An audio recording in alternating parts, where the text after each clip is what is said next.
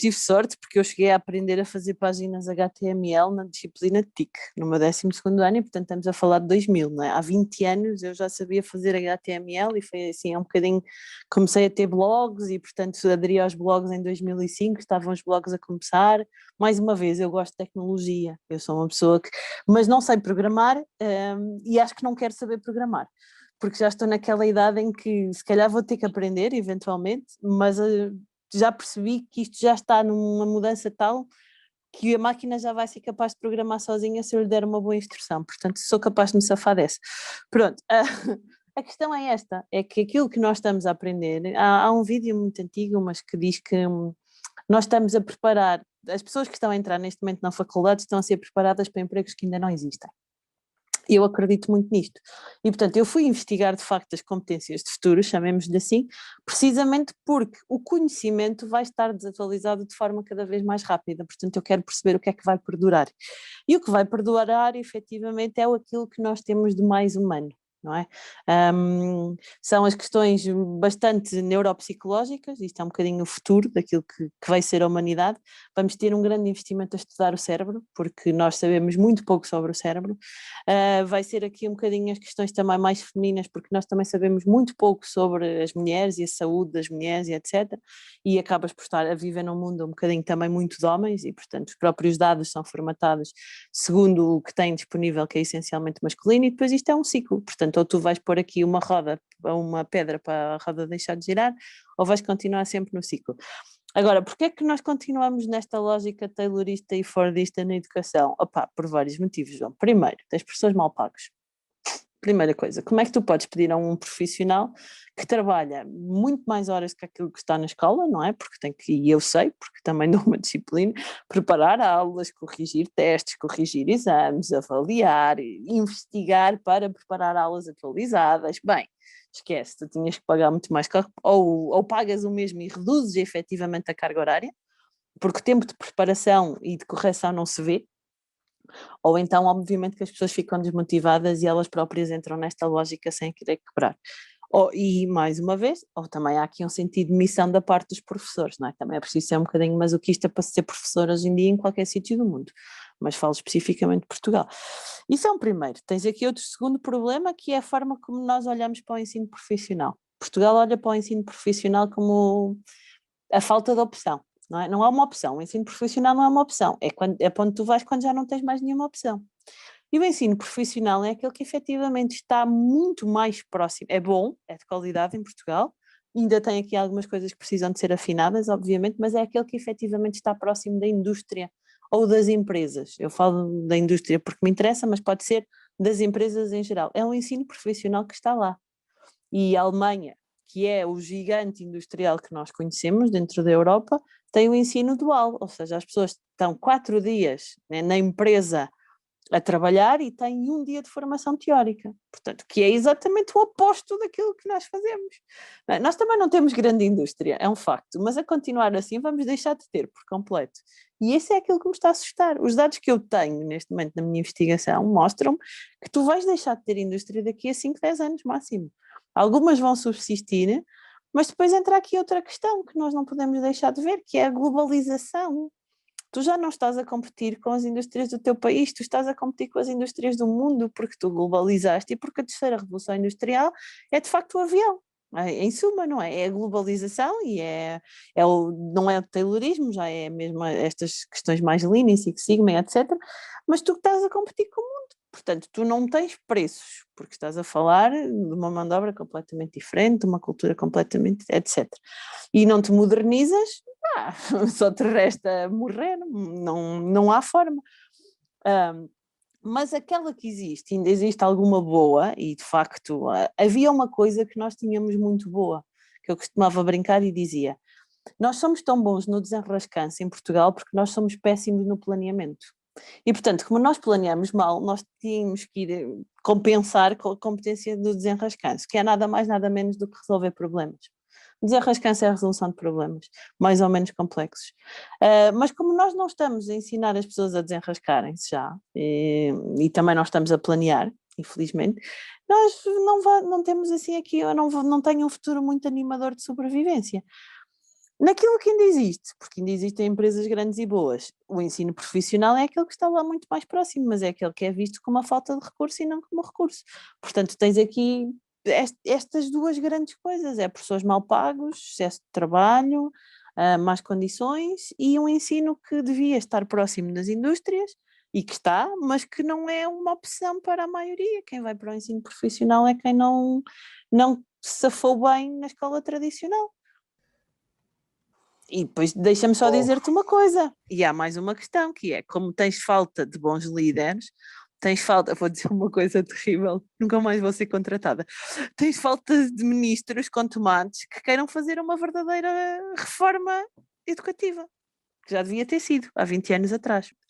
Já desde 2008, se não estou em erro, a Comissão Europeia lançou as 8 competências do futuro, não me lembro exatamente porque entretanto o documento foi atualizado, as 8 competências-chave, acho que era assim que se chamava, e depois entretanto passou a ser as competências de futuro e agora já se fala das competências do século XXI, etc, isto também vai mudando, mas há uma coisa que vem desde trás, que era a aprendizagem ao longo da vida.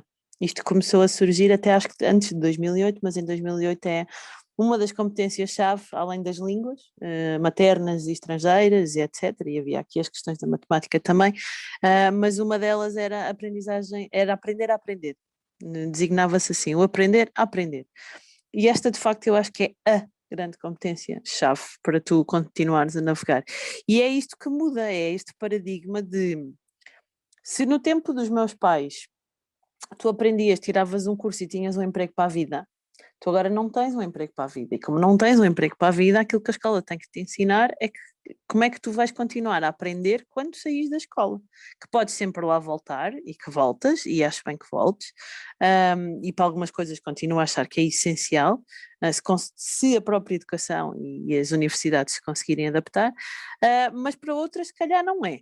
E tu hoje em dia aprendes quando tens uma dúvida. Há um vídeo e uma colega finlandesa com quem eu trabalhei uma vez que me perguntou uma coisa muito gira, que é quem é que as perguntas eram feitas antes de existir o Google, não é? Porque tu hoje em dia precisas de aprender alguma coisa, abres uma tab do Google e perguntas ao Google e aprendes. E eu vou-te dizer, eu aprendi tabelas dinâmicas no YouTube há pouquíssimo tempo. Pronto, não fui fazer um curso para a faculdade, não fui fazer nenhuma formação, o YouTube ensinou-me e está feito. Okay? E há muitas coisas destas que tu vais aprender assim. Mas há muitas coisas, e isso é outra das coisas engraçadas do meu doutoramento, que eu, entretanto, também comecei a derivar aqui umas coisas, a vida vai-nos levando e a gente tem que saber deixar-se ir às vezes, que é na parte de trabalhar, de entrevistar trabalhadores, eu encontrei muitos que voltaram ao artesanal. Há muitas pessoas que estão a sair da indústria para voltar ao artesanal. E isto, mais uma vez, é um grito um grito de revolução social também, contra o paradigma instituído. E quando tu voltas ao artesanal, uma das coisas interessantes que todas elas me têm dito é que o artesanal aprende-se com as pessoas que fazem isto há muitos anos. Posso-te falar do pão, da cerveja, da olaria, áreas onde eu bati, porque são indústria alimentar, indústria de bebidas e a outra é produtos não metálicos. Portanto, tu aprendes com muito treino, tu aprendes com pessoas que sabem, tu aprendes com pessoas que passaram anos a fazer isto. Há coisas que vão continuar a ser sólidas. O Bauman fala disto, eu estou a roubar ao pedir emprestada esta questão da modernidade sólida e versus a modernidade líquida. Mas há de facto coisas que vão continuar a ser sólidas. Depois é interessante também perceber, e dou-te aqui um dado, eu entrevistei um trabalhador dos produtos não metálicos, da cerâmica, e que usa impressão 3D para fazer cerâmica neste momento. Não é? Estamos a falar de outra coisa. Estamos a falar de pessoas que de facto se dedicam ao artesanal, mas com os conhecimentos da tecnologia. E muito bem. Isto não tem que ser dispar, isto não são dois mundos inconciliáveis. Agora, é preciso é que o que estas pessoas todas têm em comum é que têm muita vontade de continuar a aprender. E isto é essencial, isto é o que te vai fazer a diferença para tu te atualizares ou não. Esta é uma coisa. Outra coisa é, tu falavas desta questão de educar para o passado e tu não podes educar para as temáticas ou para o conhecimento, tu não... há uma coisa essencial também, e vou dar aqui um passo atrás, que é há um autor inglês, o Michael Young, fala de uma coisa interessante que designa por conhecimento poderoso, que já vem até de Durkheim, na verdade. Há conhecimento E é este que a escola tem que providenciar, e aqui eu concordo, embora depois não concorde com muitas das ideias dele, quem sou eu, mas enfim, pronto, posso-te dizer isto aqui entre nós, que é, há conhecimento que é essencial, que é aquele que são as bases, é como, imagina que estás a construir uma casa, tu vais construir uma casa de educação, e tu tens que ter os pilares e as vigas, e este conhecimento essencial, o conhecimento poderoso, que eles designam assim, é este que tem que ser dado pela escola. Ok? Depois a cor das paredes, as louças da casa de banho, o tipo de chão, as telhas, as próprias condutas de ar, este é aquele que tu vais adquirindo ao longo da tua vida, nos teus trabalhos, nas pessoas com quem conversas, nos vídeos do YouTube a que assistes, nas formações que se calhar até voltas a fazer na academia, etc. Mas as bases sólidas têm de ser dadas pela escola e têm que ser universais, ok? Dentro de, mais uma vez, de um paradigma mais iluminista europeu de educação, com o qual eu concordo. E, portanto, tu tens que educar para isto, como tu dizias, a matemática, o português, a história, a geografia, não é? Tu não vais ensinar a geografia do século passado e a geografia não muda e muita da biologia não muda. Há coisas que não mudam, que são imutáveis, e essas a escola tem que te dar obrigatoriamente.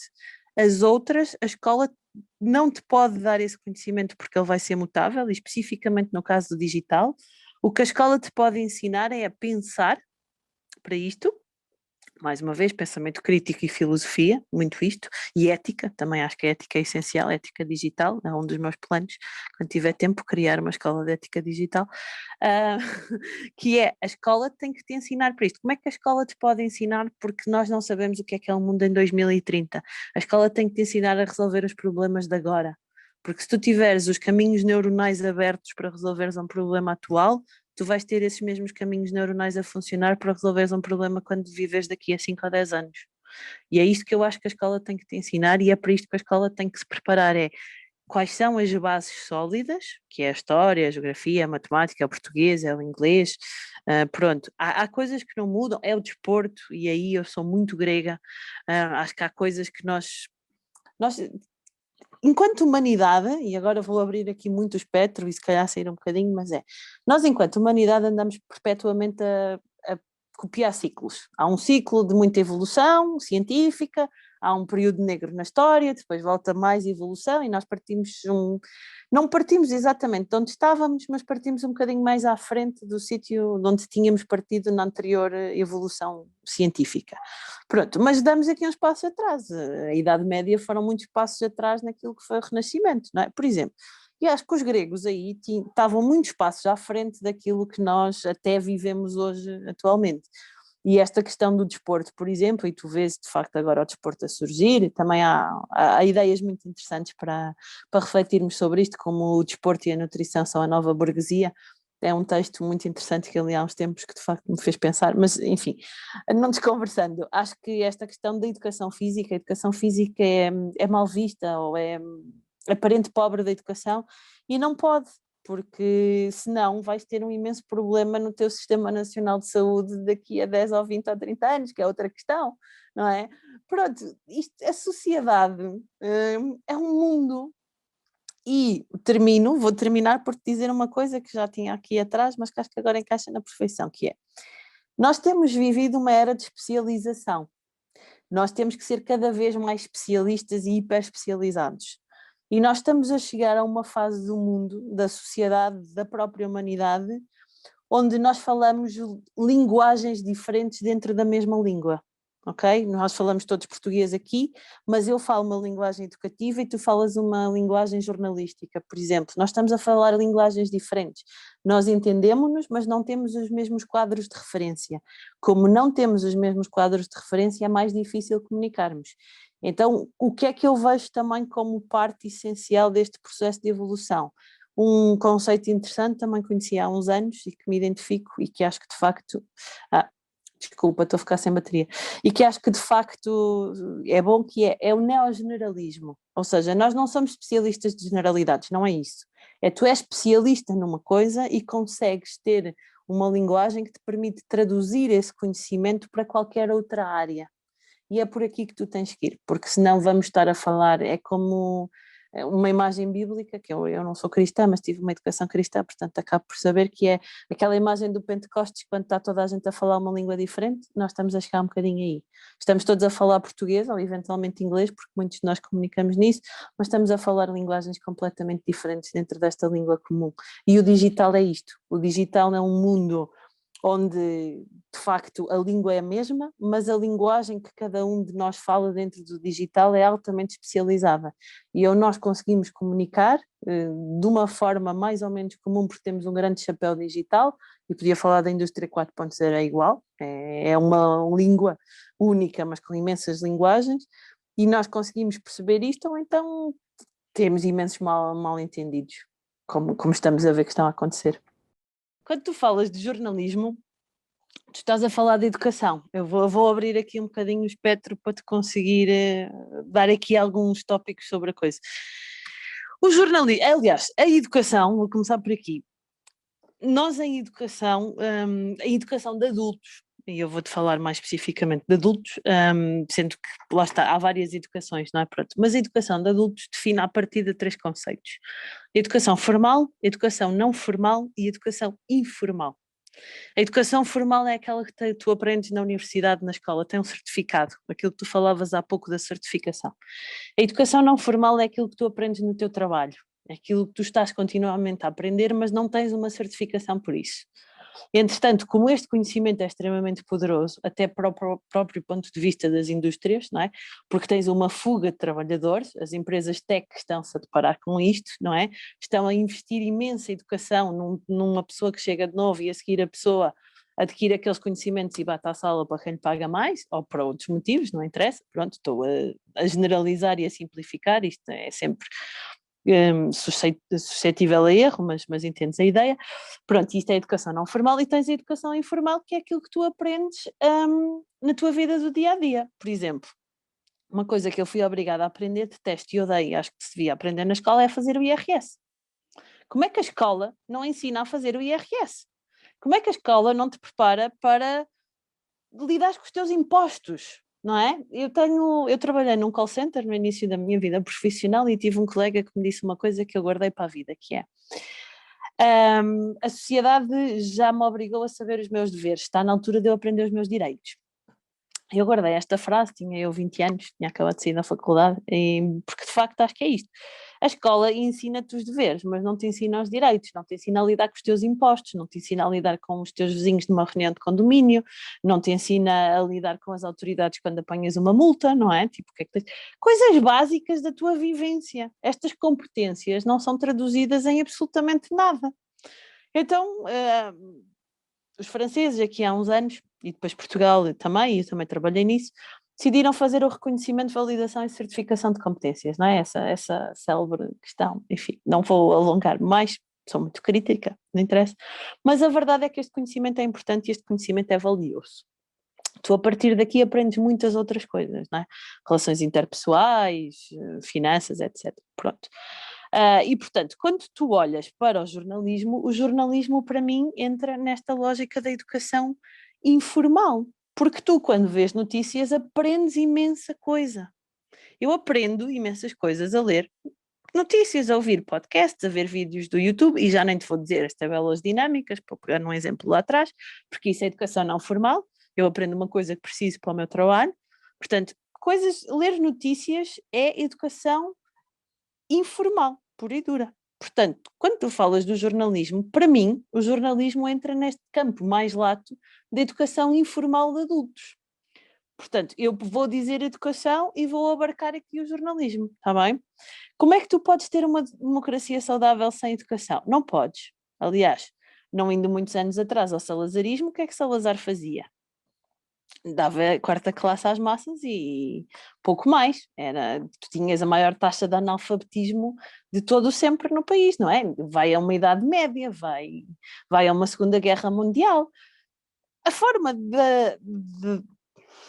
da democracia morrer foi sempre deixar de educar as pessoas.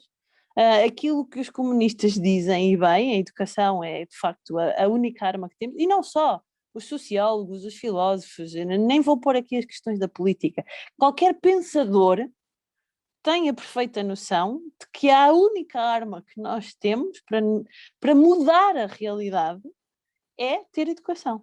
Portanto, sem uma boa educação, que inclui um bom jornalismo, tu não vais conseguir ter uma boa democracia. Obviamente que a democracia está em risco. Isto é visível nos movimentos nacionalistas que tu estás a assistir no mundo todo. Não é na Europa, não é em Portugal, com um partido um bocadinho mais à direita a subir, bocadinho, estou a ser eufemística, mas acho que dá para perceber. Não vamos estar aqui a dar publicidade gratuita. Portanto, tu estás a assistir a isto, e já assististe em França, com a Le Pen, estás a assistir a Hungria, tem um partido de extrema-direita, a Áustria, também já aqui há uns anos teve estas questões.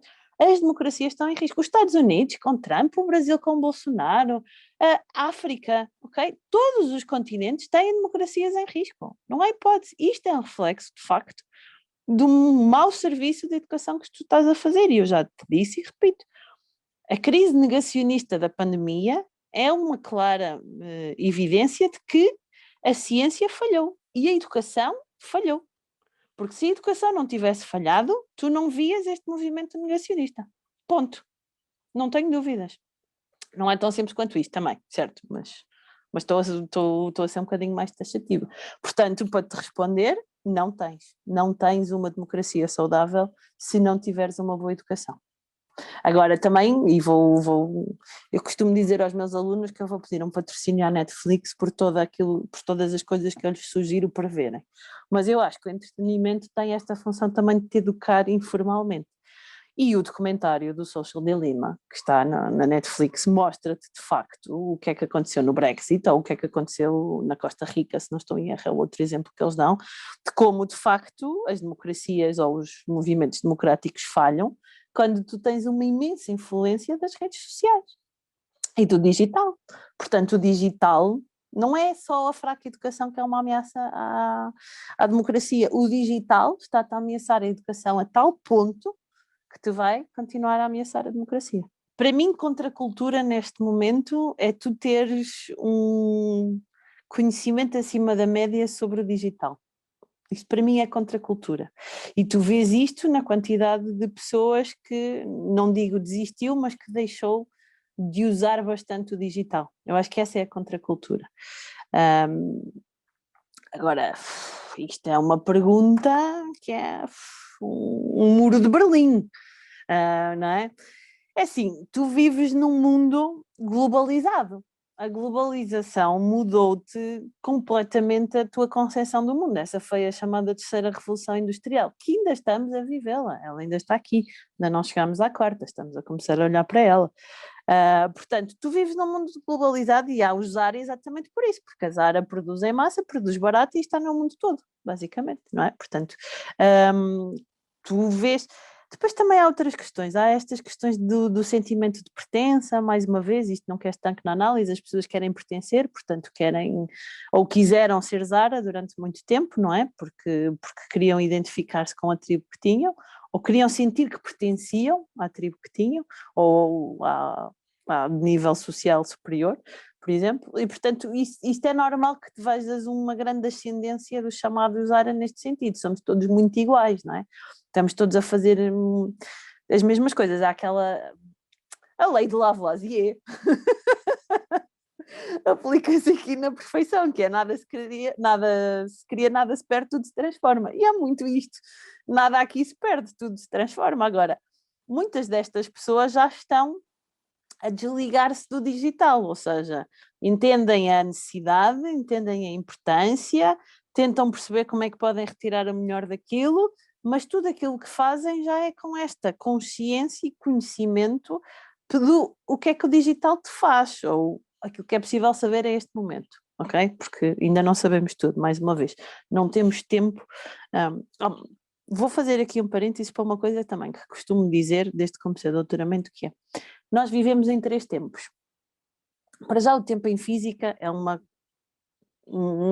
completamente hipotético. O tempo não existe, foi uma coisa que foi completamente inventada pelos homens, não é? Portanto, que a variável em física é tempo-espaço. Pronto, porque o tempo não existe, é uma criação utópica. Mas, partindo deste conceito que toda a gente entende de tempo, tu vives em 3 tempos. Tu vives o tempo biológico, e nós mudamos muito pouco em milhares de anos. Tu vives o tempo sociológico, em que nós mudamos mais ou menos de 20 em 20 anos, geração em geração, talvez um bocadinho mais agora, 30, e tu tens o tempo tecnológico. E o tempo tecnológico tem uma aceleração que é impossível. O que é que significa? Significa que esta velocidade tecnológica vai provocar impactos sociológicos que tu só vais ver daqui a 20 anos e efetivamente perceber qual foi o real impacto. Tu podes começar a prever, mas não vês ainda, e vai provocar impactos biológicos que nós vamos demorar muito tempo a perceber, porque o cérebro e o ser humano evoluem a uma velocidade muito diferente. Nós estamos agora a começar a perceber o que é que... Há uns anos já se começou a estudar, havia um estudo que era o polegarzinho, ou seja, o que é que os smartphones estão a mudar biologicamente os nossos polegares, não é? Porque nós somos os únicos primatas que têm boa mobilidade de polegares. Agora, imagina o que é que isto vai provocar a nível neuronal, ou seja, o que é que no nosso cérebro vai mudar com este uso intensivo de tecnologia. Nós não sabemos, nós nem conhecemos bem o cérebro antes da tecnologia, quanto mais depois, não é? Portanto, é muito difícil dizer-te o que é contracultura. Eu acho que contracultura é um bocadinho regresso ao sólido, ao artesanal, ao slow living, a própria sustentabilidade é um regresso atrás e, portanto, vês muito esta contracultura de dar um passo atrás, ou seja, recusar esta velocidade tecnológica em que vives, esta questão de estares muito consciente daquilo que é o digital, do impacto que o digital tem e escolheres conscientemente não o usar ou usá-lo de uma forma muito disciplinada. Eu tenho fé na Europa. Pronto. E nós, de facto, somos muito mais privilegiados que aquilo que temos noção, não pelo continente onde estamos, não pela paz mais ou menos social que temos, entre outras, não é? E não vou aos temas do momento quente, mas porque efetivamente a Europa tem sido muito pioneira nas questões do digital. E nós, o RGPD, que aí está, foi pioneiro no mundo nesta questão. Portanto, eu acho que não vai chegar aí. Também porque o iluminismo nasceu aqui e, portanto, isto é um valor muito forte e muito marcado, e os líderes europeus que tu tens são filhos deste pós-guerra, não é? Portanto, ainda há uma herança. Portanto, eu acho que de facto não vai chegar a esse apocalipse aqui. Agora estás a falar disso e de facto salta-me à mente Black Mirror no seu melhor, salta-me à mente a questão da China, onde as pessoas já são pontuadas, não é? Portanto, Black Mirror está aí e existe num mundo onde eu não fui, eu nunca fui à China, não sei, mas conheço pessoas que já lá foram e, portanto, conheço pessoas que lá vivem, ou que lá viveram, pronto, enfim, é Hong Kong, que é um bocadinho também diferente, pronto, enfim. Não vamos falar muito, até porque podias ir a Macau também, etc. Há aqui várias coisas a acontecer, mas de facto isto já está aí. Agora, tu estás a falar disso e há uma coisa que me vem imediatamente à cabeça, que é a questão da identidade digital. Nós temos uma identidade digital, ela está a começar a ser legislada na Europa, começou-se pelo RGPD, entretanto Portugal agora até já fez a Carta dos Direitos Digitais, não se chama exatamente assim, mas em suma é isto, e há um autor interessante que já em 2012, um conjunto de autores, não é um só, que fala das 5 identidades digitais, que eu te vou passar a falar, que eu acho que de facto é um conceito interessante que se discutiu pouco, que é a identidade relativa ao cidadão, ou seja, tudo aquilo que é a tua interação com os serviços do Estado em formato digital, desde o cartão de cidadão, às finanças, à segurança social, etc. Todas as interações que tens com o Estado. É uma entidade digital relativa ao cidadão. Depois tens aquelas que são relacionadas com transações online, normalmente financeiras ou realização de compras online. Okay? É uma, vamos lhe chamar mais financeiras. Estou-te a dar os dados que eles escreveram, porque isto não é meu, mas precisa de ser eventualmente um bocadinho mais atualizado, porque já é de 2012, tem quase 10 anos. A profissional, ou seja, aquela em que a tua empresa transporta informações tuas para a internet, seja na ligação também com o Estado, muitas vezes, para a segurança social ou para as finanças, seja nos próprios sistemas que as empresas têm, os Slacks desta vida, os SAPs, os CRMs, o que seja, não é? Depois depende um bocadinho da empresa, mas essa também existe. A pessoal é aquela que nós disponibilizamos e que é suficiente para os terceiros nos identificarem online. Posso-te dar as redes sociais, por exemplo, acho que entram nesta, digamos assim. E depois a do browser, que é aquela que depois se traduz na pegada digital, mas que cria toda uma outra identidade digital. E depois há uma autora interessante, a Hot Bless, que diz que nós neste momento disponibilizamos tanta informação online que nós já é possível construir humanos virtuais que funcionem como um alter ego para cada um de nós, ok? E que podem servir não só para preservar as nossas memórias, isso pode ser uma questão interessante, mas que efetivamente é possível replicar a personalidade e os interesses de cada um de nós num humano virtual. E eu podia ir mais longe, há um autor absolutamente doido, mas muito interessante, deixa ver se eu apanho aqui nos meus apontamentos, que eu olhei para aquilo e pensei, espera, eu entrei na quinta dimensão, que é o Matthew Gladden, que tem um artigo de 2019 que se chama Who Will Be the Members of Society 5.0? Eu depois posso-te mandar o link. Towards an Anthropology of Technologically Post-Humanized Future Societies. Estás a falar de outra coisa. E isto é a maionese completa, mas que eu tenho que aumentar até porque tem aqui imensas coisas, mas que não me espanta que seja muito próximo daquilo que tu vais encontrar brevemente. Ele fala dos participantes na sociedade que são incorporados através de uma pós-humanização não tecnológica, que seríamos nós, neste momento, e fala dos participantes na sociedade incorporados através de uma pós-humanização tecnológica.